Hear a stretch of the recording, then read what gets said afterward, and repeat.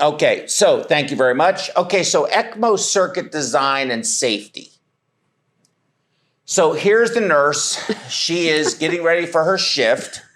And when she gets to the hospital, she finds out that she is going to be managing the patient on ECMO.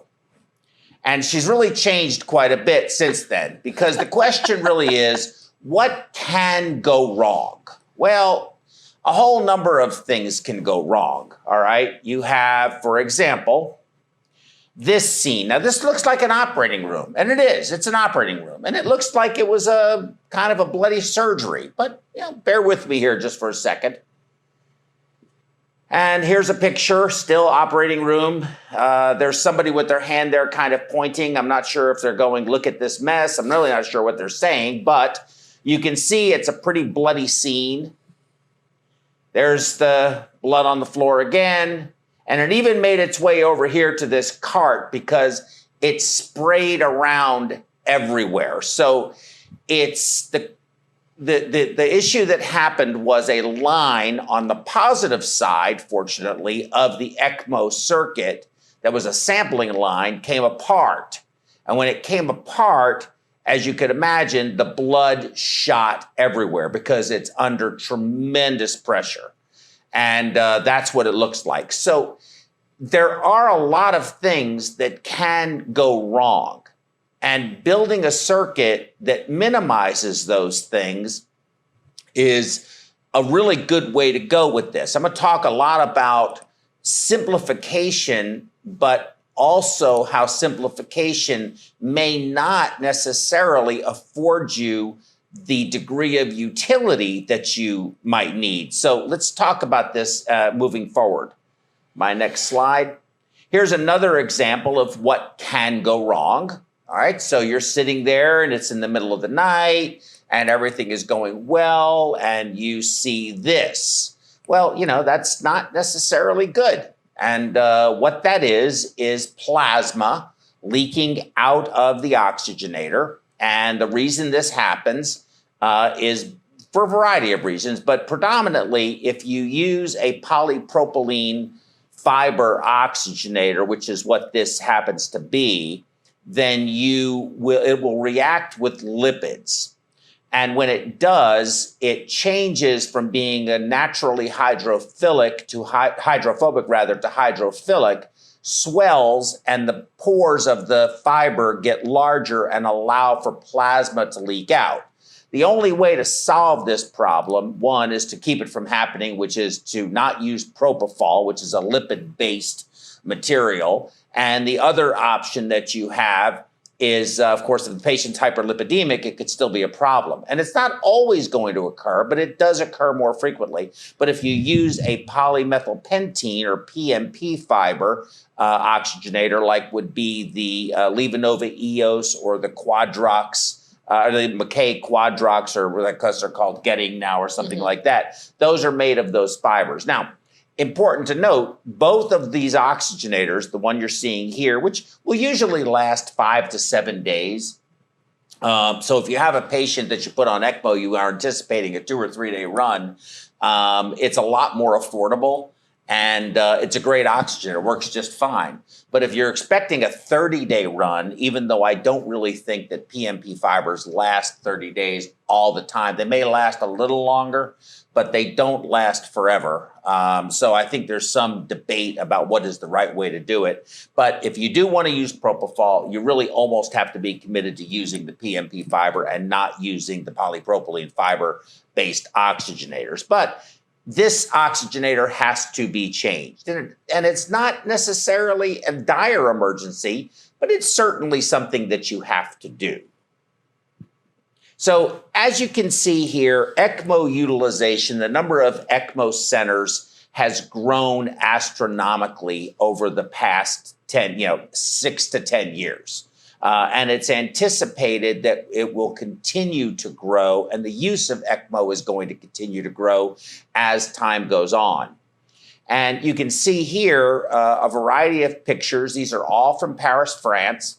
And these are ECMOs that have been placed in the subway, in the top right corner, in the bottom left corner. It's in the Louvre. In the middle picture on the bottom, it's just on a street.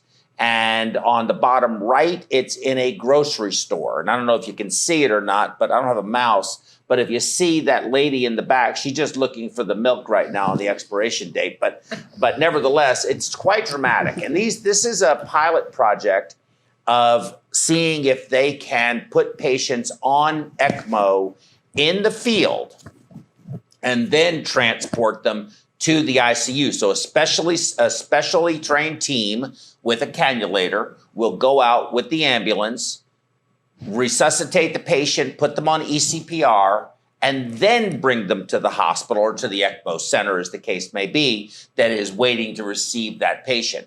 And they have seen, and I don't remember the numbers exactly, so I don't want to misquote it. Matt, hopefully when he comes on, we'll ask him, because he knows those numbers. But they have seen remarkable improvement in survival rates by getting circulation established out in the field before transporting to the emergency department of the hospital. That time frame makes a difference. And look, this may not be for the the 80-year-old grandma that went out while she was tending her garden, but for the 38 or 40-year-old who is at the grocery store with his wife, or at an art exhibit at the museum with his or her wife or husband, as the case may be, who should not be dying.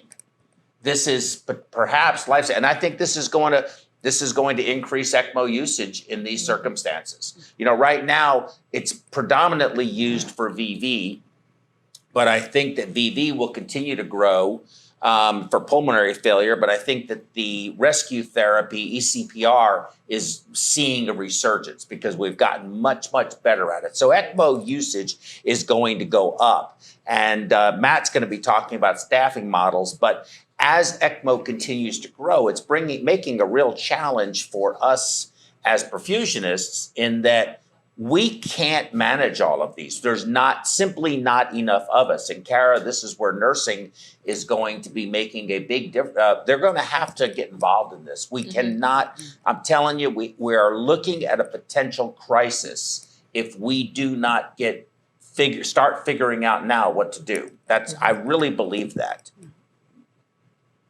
So this is basically your basic ECMO. And can I have a mouse so I can point with it by any chance, if you have one? Pointer. They don't have, well, they wouldn't see the pointer. I have to have a mouse so that they can see it on the web. Here, hold on. I'm getting a mouse. Yes. Oh, that's helpful. Thank you. Do you have the pad? No, that's okay. They can see you. Thank you. Is it on? Yeah. Okay, so there. Oh, yeah, there you go. Okay, so this is basically an ECMO platform that you see here on the right. And this is actually an EOS oxygenator. You see it's blue versus yellow, so this has the PMP fiber in it as well. And you see the loop right there, and the centrifugal head that would be the essentially the heart pump, or what ends up is the propulsion unit for the blood through the circuit, okay? So, but this is a basic platform. There's multiple platforms out here. I'll show you some of the other ones. We're not here to advocate necessarily any one platform, but I do have a lot of experience with this one, and it's a very nice system. It's easy to move around. It's not gonna go into a helicopter, but it will go on an ambulance. And we have transported I've transported a number of patients with this platform on an ambulance, and it works just fine. So this is a basic ECMO system and a diagram of it. And this is, I didn't mean to do that. Take that away. I put this on here to show you the most simplified version that I can show you. You have this says femoral vein, but it could be jugular, whatever. But you have access, and it's coming down into the pump, out of the pump to the oxygenator and heat exchanger unit, usually combined. And then it goes out and back around and back into the patient. So your only two connecting points are here and here. And if you have those on securely, then all of these other ones can actually be pre-assembled by the manufacturer and solvent bonded so that these cannot be removed. Your only points of risk for anything disconnecting are these two sites. And I'll show you a video at the end where that can be secured by putting it on firmly, making sure it's past the third barb, using tie bands, doing whatever you can do, or cable ties, they call them, in order to make sure that it's secure. But it's certainly the safest. But this has it has good utility for its purpose. But if you need to draw a circuit gas, where are you going to draw it from? If your patient is needing, very, very rapid, massive fluid resuscitation or blood resuscitation, where are you going to give it? How do you draw an access gas, either pre-oxygenator or post-oxygenator? If you really wanted to see what your oxygenator was doing. Now, you could have inline, continuous monitoring that is already in place from the manufacturer. But again, all of these things start to add up. Cost starts to go up. What's their shelf life if they're already attached? How can it, because usually they're in a cellophane pack and you really have a hard time, your shelf life is going to go down dramatically. And of course, those are all going to be issues. So, and if you wanted to do CRRT on the patient, as you see here, this patient is getting both. Here you have your access is coming from the positive side, which is then going down through a stopcock. Some of it's going to the CRRT and coming back up. And usually the stopcocks are down here. There's usually a pigtail. You almost never want to put a stopcock directly on the connector itself because there's a risk of it being broken off. And if you remember my previous slides, when it does get broken off, it can be rather dramatic and very difficult to control. Not to mention, you have to change it because you have to interrupt all of the support that you're giving the patient. So you're in a very compressed time frame. It is a very big emergency. It's a big, big problem. But if it happened on the negative side, it's much, much worse. The positive side's bad. The negative side's worse. And you've got all this blood squirting out. So what's the natural instinct for somebody? Put your finger over the hole. So now, is it a sterile glove that is it a sterile finger you just did that with? No. It's really bad. So protecting your circuit is critical when you think about designing a circuit. But you also have to think about, what am I going to do with this thing? Am I going to run CRRT through it? Or if I don't have any access or any return, I'm going to have to stick the patient again. If I have to stick the patient again, that might end up with a situation where I've created a bleeding problem on an already bleeding patient because they missed the stick and they hit the artery versus the vein, or who knows what else is going to happen. None of this is easy, and none of this is ever going to be perfect. So something to consider is, what are you going to be doing with your circuit? So ELSO guidelines for training and continuing education of ECMO specialists, their introduction says, the term ECMO specialist is defined for the purpose of these guidelines as the technical specialist trained to manage the ECMO system and the clinical needs of the patient on ECMO under the direction and supervision of a licensed ECMO-trained physician.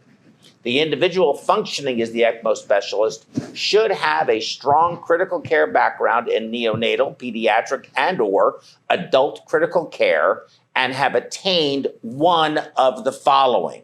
And this is the part that I thought was pretty interesting. Successful completion of an approved school of nursing and achievement of a passing score on the state written exam by the Board of Nursing for that state. Now, I think that's good, but I think they should add to that a minimum of 2 years critical care experience, kind of like if you're going to go to the CRNA school. How do you take somebody who has 0 ICU experience, throw them in an ICU because they graduated from nursing school and worked on the floor for a year? I don't think that's wise. I think that should be revised. Successful completion of an accredited school of respiratory therapy and have successfully completed the registry examination, so that makes him an RRT, and be recognized as an RRT by the National Board of Respiratory Care. Now, we can stop and talk about this one for a little while. and that is, hey, can you bring these guys in on this when I discuss this? There you go, thanks. I like respiratory therapists. In fact, Chris Lusby, he's going to be here tomorrow. Mm-hmm. He used to be a respiratory therapist before he went to perfusion school.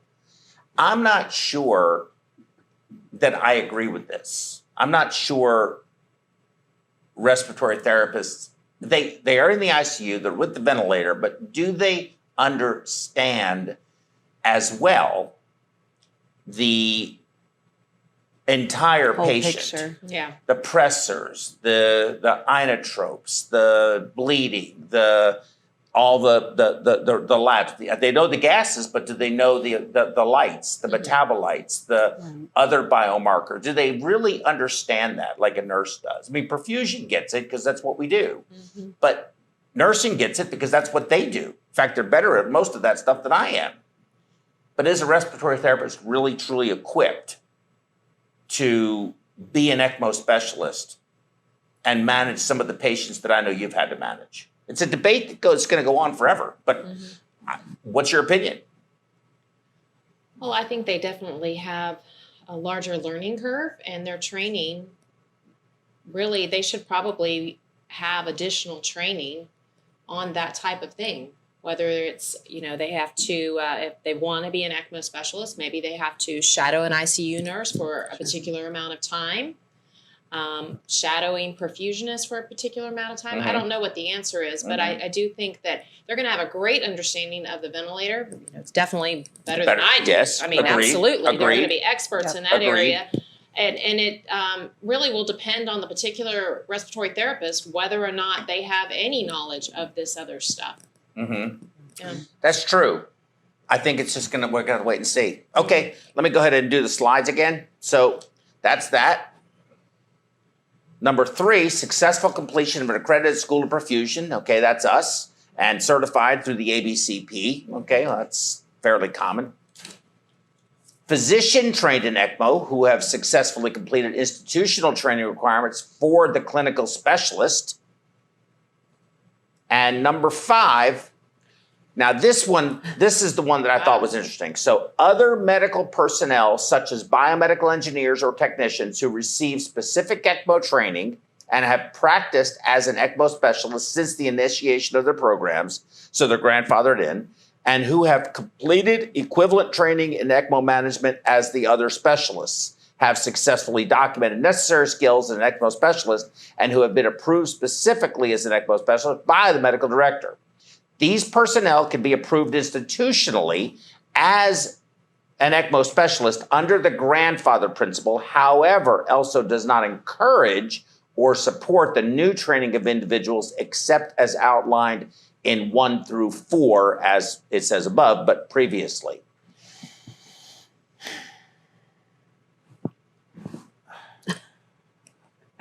Wow. That's what I think. Wow. Now, this is either now, they say they don't support it or encourage it. They don't say it can't happen. Well, they're allowing it with that particular Yes. item. Yes. And this is either because they feel that we're going to be that short, or they don't want to exclude someone who's been doing it for a period of time. But is that really, again, concerns me. I don't think it's right. I'll just leave it at that. Okay, so here you see some costs. And I think these are interesting. This is an interesting table. The console and motor for the Centramag is $43,360. The blood pump is $12,000. The tubing pack with the Quadrox deoxygenator is $2,000. So the total cost per circuit each time you use a Centramag is $14,000. I've heard it was $25,000 now. I don't know that says 2014, but I've heard this from our DA Palonzo in artificial organs, but that's what it is. The Rotoflow, which is just a centrifugal pump, okay, is $24.47 per circuit. The Rotoflow with the ICU package is the same price. And the Cardio Help, which we're all familiar with, every time you use it is $13,781 per disposable packs. So that for the thing in the red, these are all the cost of the disposables. This is the cost of the hardware. So the hardware is part of the heart lung machine, but on the Rotaflow, it's $42,000 just for the centrifugal pump. But this is what it costs you for the disposables, single use per patient. So when you have to change a cardio help out, they're pretty expensive. Now, great device for transport on a helicopter, Sure. but not necessarily the necessary platform if you're going to be taking care of patients in an ICU, and anyone that is transferred, the transfer center is coming to get them with their own transport device, I think. Okay. And out of this, which in the same article, if you look here, who can watch it? Who should watch it? Well, perfusionists, Centramag, Rotaflow, no problem, and cardio help. ECMO specialists, yep, on the Centramag. No on the Rotaflow. Yes on the Rotaflow with the ICU package. And yes on the cardio help. The nurse at the bedside, in other words, they're taking care of the patient and the ECMO simultaneously. So it's one-to-one, not someone specifically managing the ECMO circuit only, but the patient and the ECMO. Yes on the Centramag, no on the Rotaflow, no on the Rotaflow with the ICU package, and yes on the cardio help. So why is this? Well, I think the reason for this is safety. And I'll explain why I feel that way. Well, we have controlled and we have catastrophic events. So in the controlled section, the oxygenator's failing. The clot, and failing meaning it's, you're going up on your sweep, your FiO2 is at 100%, it's, giving you a PO2 instead of 400 or 300 coming out of it, it's now 140. It's the PCO2s are 50, 60, no matter what you do. It's not an emergency. It's going to need to be changed, but it's a controlled circumstance. You start seeing clots starting to form. If you're measuring pressures, your premembrane pressure might be going up a little bit. Things are kind of looking icky, and it may be time to start changing this oxygenator out, so we're going to go ahead and do that. And then, of course, fiber degradation, which I showed you with the previous slide, where you start seeing a plasma leakage. It usually starts slow, and then it gets worse and worse and worse as time goes on. These are all very easy to manage if you're the nurse at the bedside who is managing the patient and the ECMO simultaneously. You can basically call somebody, they can come in, they're going to be on call, and they can help you deal with this situation. But when you get into catastrophic events, it becomes a different situation.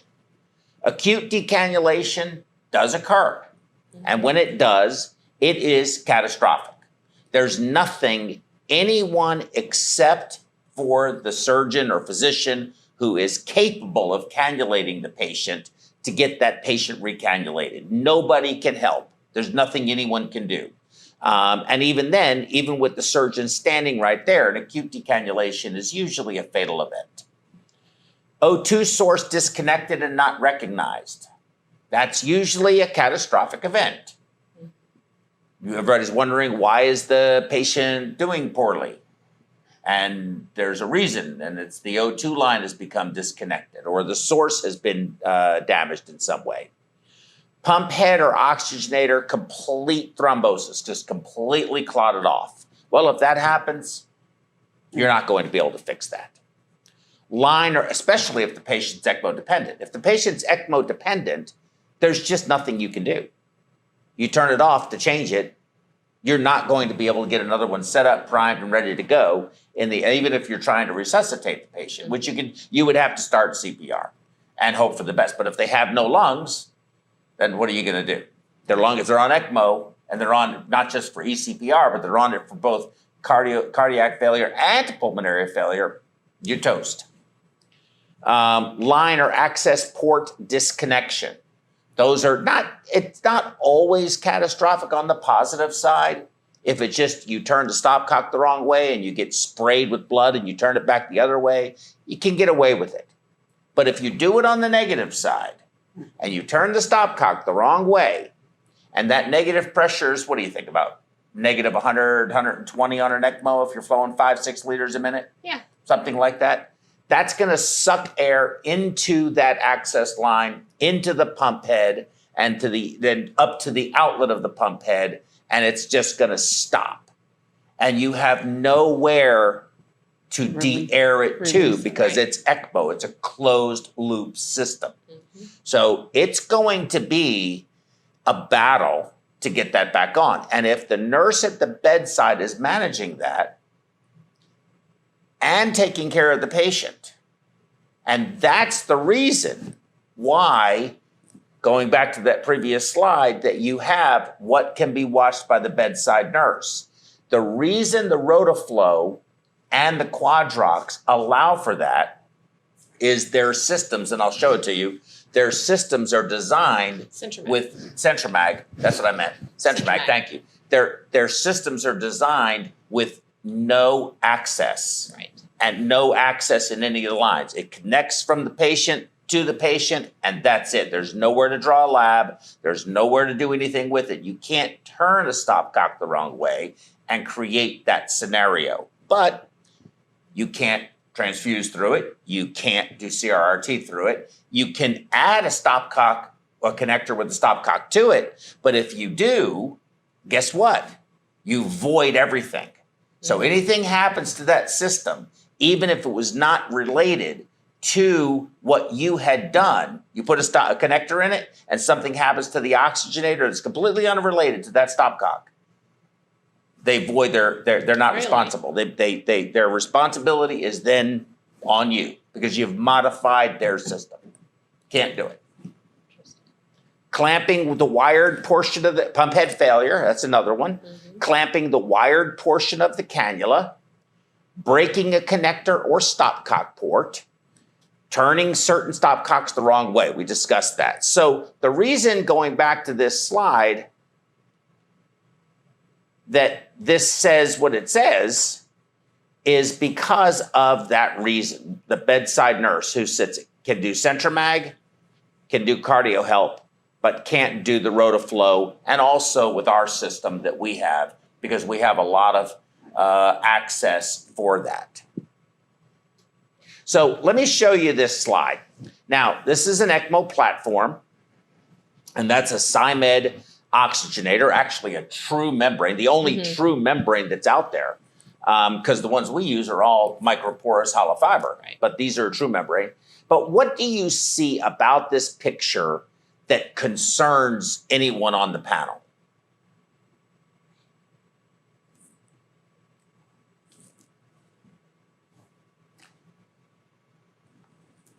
Anyone on the panel? Can you see it?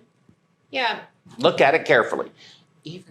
Definitely see one of the lines is awfully close to the floor.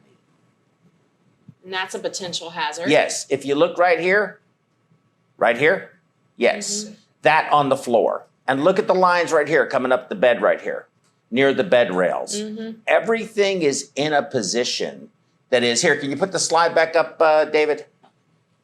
Because I'm describing the slide and nobody can see it. There it is. Okay. So all of these lines and that line on the floor, this is just a recipe for disaster. It's waiting to happen. Now, this circuit may very well, he's got a lot of pressures. He's got two pressures here, right here, and right here. I can't see some of the other stuff he has, but this is where his drive mechanism is down here. And it looks like he's actually, I think he's using a roller pump. I'm not sure. That is a roller pump. But nevertheless, you know, roller pump, centrifugal pump, I prefer a centrifugal pump, frankly. But with that said, I don't like this. It may be a good circuit. It may be very good at doing what its job is supposed to be, but it's sloppy. It's waiting for something bad to happen. And it makes no sense to me whatsoever. Now, I don't know who these two fellows are, and he's probably, if he ever sees this, he's probably not going to be real happy that I put this picture up here of him. But what do you see about this one that bothers you? Well, you've got the venous line on the floor again, but this time there's an access point. There is. That could be a potential hazard. Oh, here. Yeah, can you leave there? Is there any way to change? Can he change the camera with that slide still there? Is that possible? I'll do it like that? Yeah, so he can see who's talking. Or broaden it out and get everybody. It doesn't matter. But okay, so let's go back to this again. So you have this here, the venous lines coming down. Here it's on the floor. And here's one of these pigtails with a stopcock and a syringe. Now, it's good they have the little pigtail attached to it, which is good. But if this thing opens up, this line right here is under, as I said, tremendous negative pressure. Now, he's got a syringe on it to try to block it right there. But if somebody steps on it and cracks it, and don't tell me it can't happen if the patient's family comes in there and hasn't seen this patient yet and is frightened to death and wants to get up there close to them, that can't happen, because it can happen. This is, again, it may be a very good circuit. It may work very, very well. I've never really understood why everybody wants it on the ground like this, but they do it supposedly for air. I don't think it makes any sense. But regardless, this system here, again, may be a good circuit, but it's not done in a way that I would advocate for. And then you have this. So let's look at this one and tell me what you think about this one. You've got your venous line here.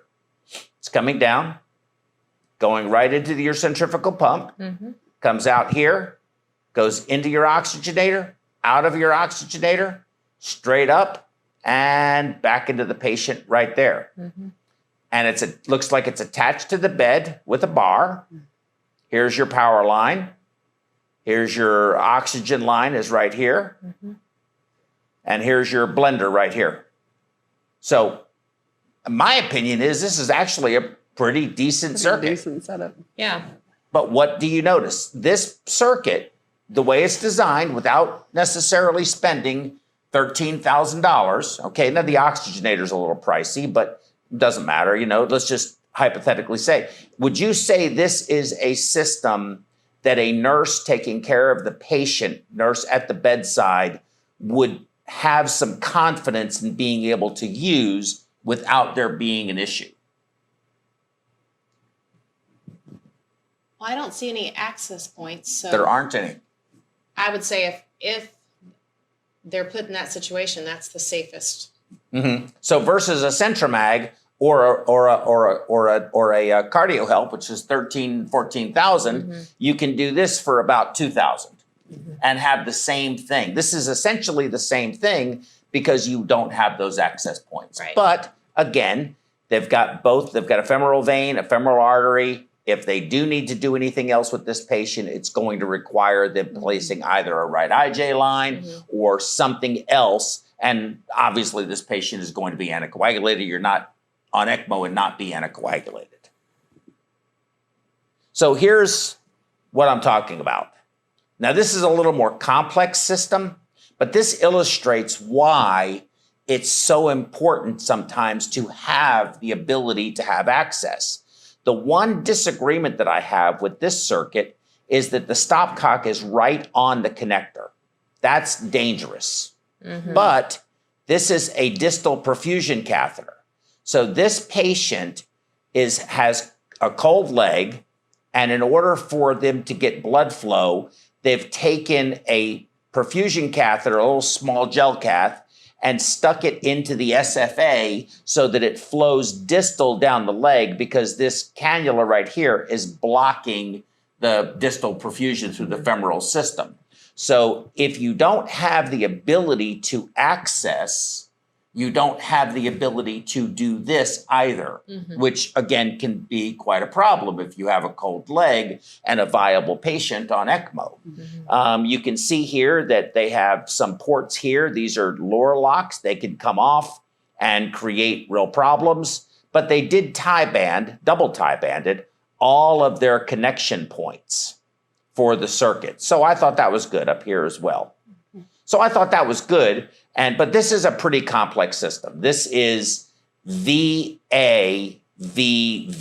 So this is a double. It looks like it's VA. No, it's VAVA. So they have let's see here. Here's a vein coming out. This one's going here to this one. Yeah, that's blue. So it's double venous and double arterial. So it's VAVA.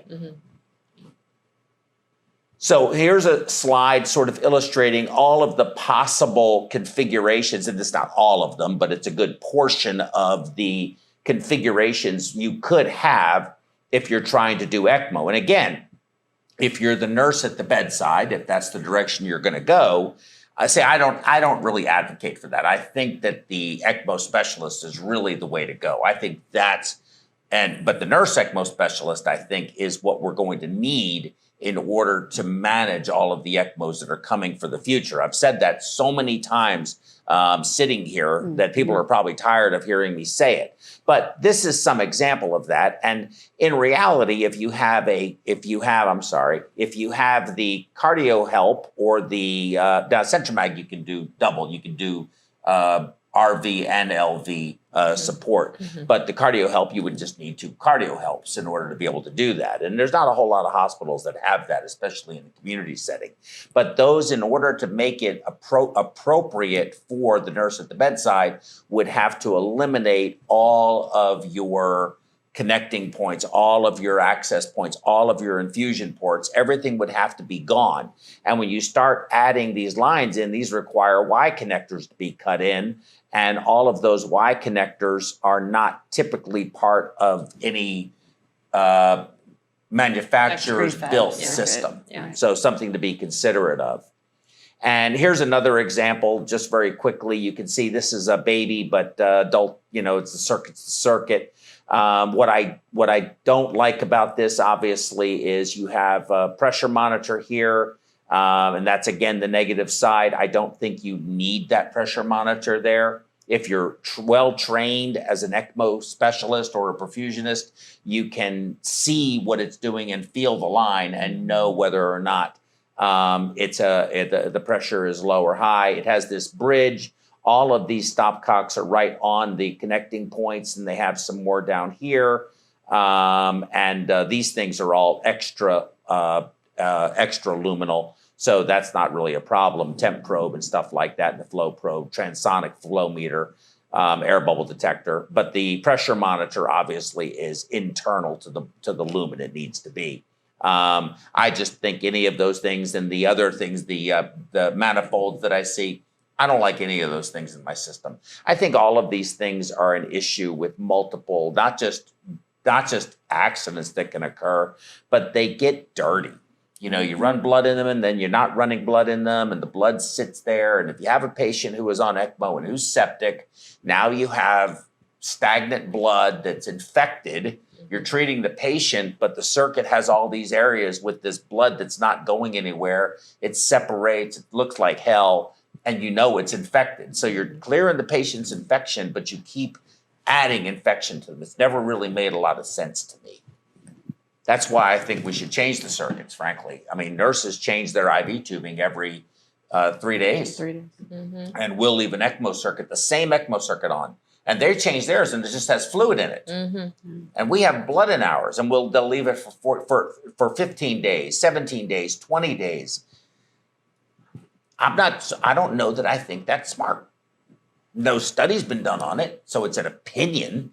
But the question is it more risky to change it? So what's the risk-benefit ratio? Is it more risky to change it or more risky to leave it? Which is it? And of course, I believe if the patient can tolerate the change, I don't think every 3 days, but every 5 to 7 days, I think it should change. What's your opinion on that? You have an opinion?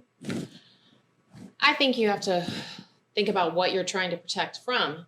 Like you said, if the patient can tolerate the change, then changing it, could be something that we make a part of, practice. But if they can't tolerate it, you're stuck with it until it fails. True. That's true. That's fair. But probably better to change it before it fails so that it's not you have more people there, you can plan. Right. So I probably not want to wait until it failed. Carol, what's your thoughts on that? No, I agree. And I think anytime you, not tamper with per se, but like you said, anytime you change something or mess with something, you run the risk of other complications or things. All right. So again, you have to weigh the pros and cons. Well, what do you think? I mean, do you think a blood circuit that the patient's entirety of their blood circuit, their blood volume is going through essentially every minute with all of these points. And if I go back to this slide, I think it's a better slide, with all of those connectors, and then think about the oxygenator right there. And there's dead space in that oxygenator there as well, where blood is stagnant.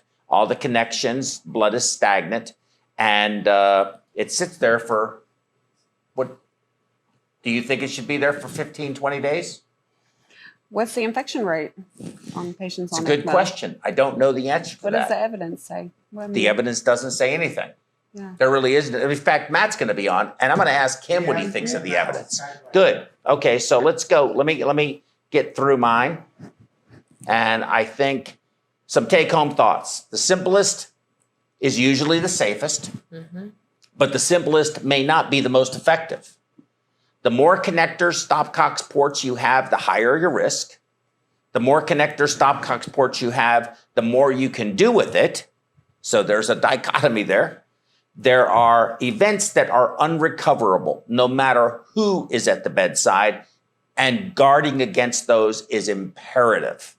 Minimize risk by strategic line lengths and placement. Keep it clean, not your Venus line dragging on the floor with a stopcock waiting for somebody to step on it.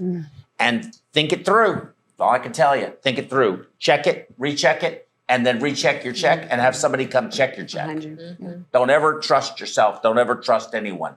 Always recheck. That's my view. And I think that's my last slide. Okay, let's go right into, let's bring Matt Warhoover into the show. Matt, how the heck are you? There he is. Thanks for having me. Hey, bud, how are you? It's nice to see you again. Thank you. You're always so smiley. You must be really happy out there at Vanderbilt now that you have Colin Barker. Is he there yet? Well, I don't think he's quite there yet, but he is. He's on the way up. I think he's going to do really good things with you, man. I think you'll enjoy working with him. He's a really good fella. Yeah, I heard a lot of good things about him. Now, Matt's been with us before, but let me give just a quick introduction, please. He is not only a perfusionist, but he's the Associate Chief of Perfusion at Vanderbilt University in Nashville, Tennessee. He holds a Master's of Science in Perfusion, a Master's of Management in Healthcare, and did his graduate coursework in biochemistry and mathematics, and Bachelor of Science, with a major in civil engineering. He has a tremendous ECMO experience, and I think you're going to really give us some good input on the various tools that we can use to deliver ECMO. And then after our quick break, give a talk on some ECMO staffing models. Hopefully that'll tie into what I'm talking about in terms of ECMO growth and how are we going to manage all of this as perfusionists. I think it's a real problem. But before you get started, I have that one question that I have to ask you is, what is your view of keeping circuits on patients who were put on it for ARDS secondary to sepsis and leaving it on for more than 7 days? I mean, what's your opinion on that? And is there any evidence on that? Well, I think you're right. There's no evidence out there. I have to agree. I'm not a big fan of the pigtails or even entry points into a circuit. I think you're just asking for trouble. And I think to your point, you've got the stagnant blood flow. You clear the infection in the patient. The next thing you know, it rears its ugly head again 24 hours later, and you don't know quite why. And you're running people onto CT to get scans to see what's going on. Where is this pocket of infection that we're missing? And it's not in the CT scanner. It's laying right outside the CT scanner. I agree with you. The concern that I have about changing them out, and anecdotally, I can tell you that we can't really predict which patients this happens to. But regardless, when you change out a circuit, many times you'll see a Sears effect on the patient, and they'll get set back, especially your VV patients.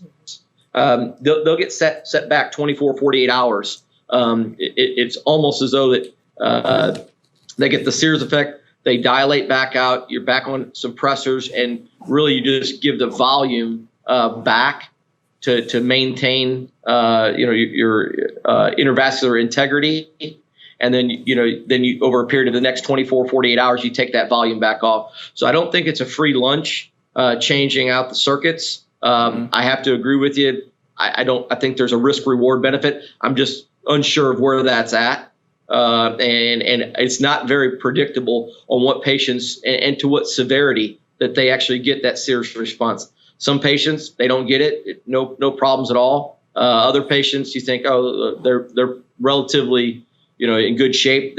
We think we can get them off in the next 2 to 3 days. The oxygenators get a little crummy. Probably need to do that. Next thing you know, you set them back and they're on for another 5 days. Yeah. The other thing I will comment about is that it is well established that there is a protein layer that gets laid down on that surface, and it's a relatively large surface on those oxygenators. Even the newer ones today, they're more efficient than the previous generations, but the surface area is still significant, and we do see a drop in the intravascular protein level of the patients after you change these out. So that's I don't know if I solved anything, but that is my anecdotal opinion. No, I think it's good.